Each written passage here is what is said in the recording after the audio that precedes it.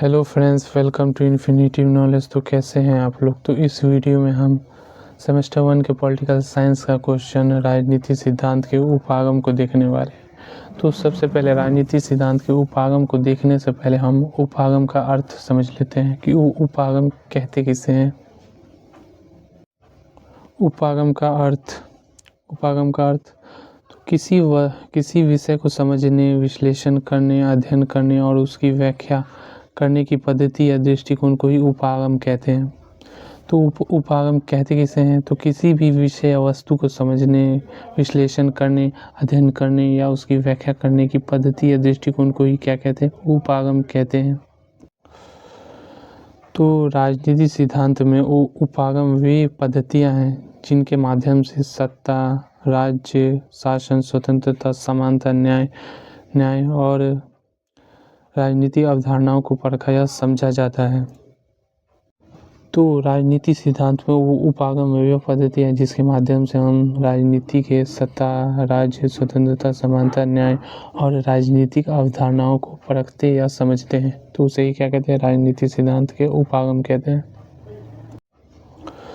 प्राचीन काल में राजनीति सिद्धांत का अध्ययन मुख्यतः दार्शनिक और नैतिक दृष्टिकोण से किया जाता था। उस समय विद्वानों का उद्देश्य एक आदर्श राज्य और आदर्श शासन व्यवस्था की कल्पना करना था। तो प्राचीन काल में सिर्फ राजनीति सिद्धांत का अध्ययन मुख्यतः दार्शनिक और नैतिक दृष्टिकोण से किया जाता था। उस समय विद्वानों का उद्देश्य एक आदर्श राज्य और आदर्श शासन व्यवस्था की कल्पना करना था। प्लेटो और अरस्तु जैसे विचारकों ने राजनीति सिद्धांत को नैतिकता से जोड़ कर देखा और श्रेष्ठ राज्य की संकल्पना प्रस्तुत की।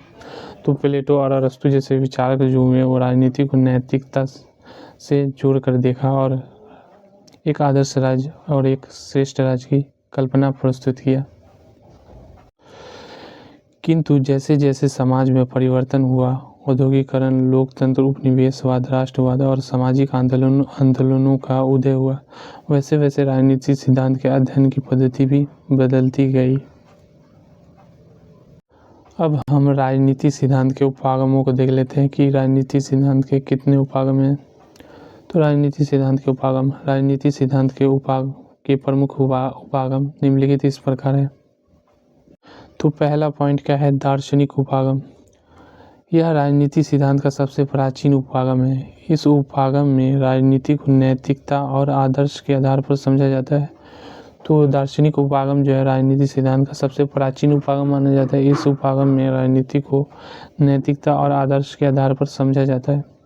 यह बताता है कि राज्य कैसा होना चाहिए, शासन कैसा हो और आदर्श शासन व्यवस्था क्या है। प्लेटो, अरस्तु, कांट, हीगेल आदि विद्वान इस उपागम के प्रमुख समर्थक माने जाते हैं। तो दार्शनिक उपागम के प्रमुख समर्थक कौन कौन हैं। तो दार्शनिक उपागम के प्रमुख समर्थक प्लेटो, अरस्तु, कांट, हेगेल आदि विद्वानों को इसका समर्थक माना जाता है। इस उपागम की विशेषता यह है कि यह क्या है से अधिक क्या होना चाहिए पर जोर देता है। तो जो दार्शनिक उपागम की जो विशेषता है ये इस बात पर जोर देता है कि क्या है से अधिक क्या होना चाहिए, ये इस बात पर जोर देता है। यह न्याय, नैतिकता, सदाचार और आदर्श समाज की कल्पना करता है। दूसरा क्या है, ऐतिहासिक उपागम। तो इस उपागम में राजनीतिक विचारों को इतिहास के संदर्भ में समझा जाता है।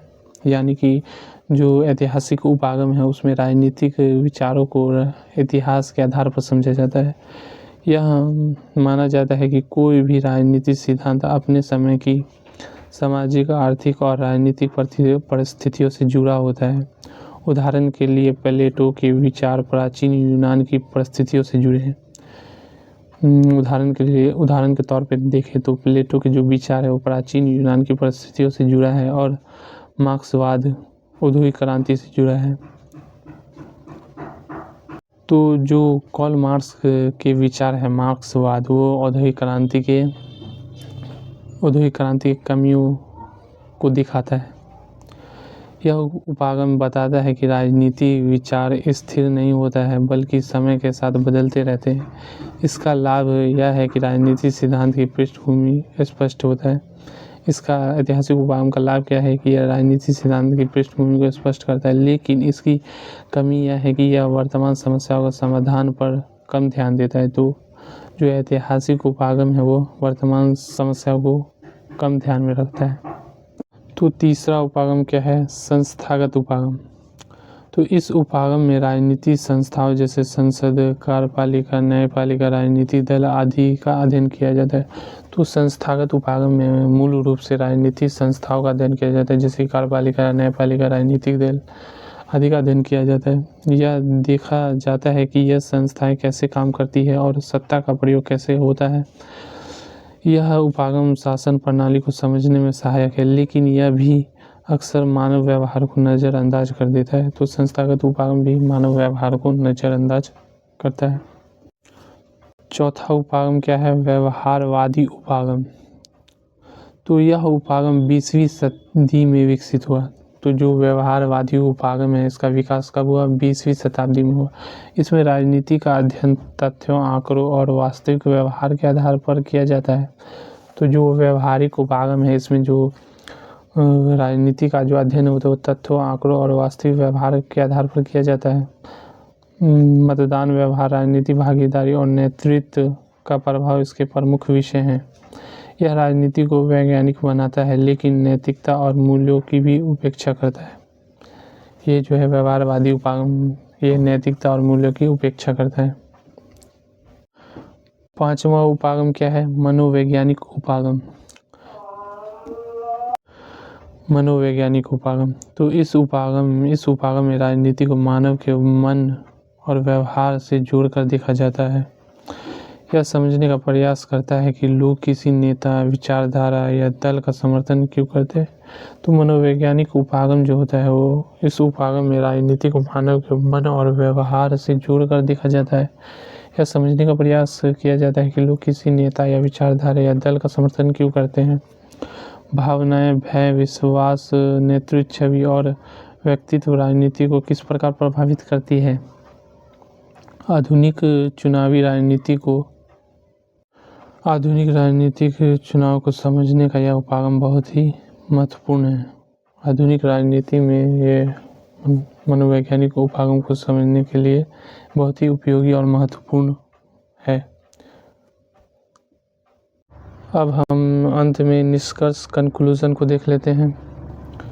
तो राजनीति सिद्धांत के उपागम यह स्पष्ट करते हैं कि राजनीति को केवल एक दृष्टि से नहीं समझा जा सकता है। हर उपागम को राजनीति के किसी न किसी पक्ष को उजागर करता है।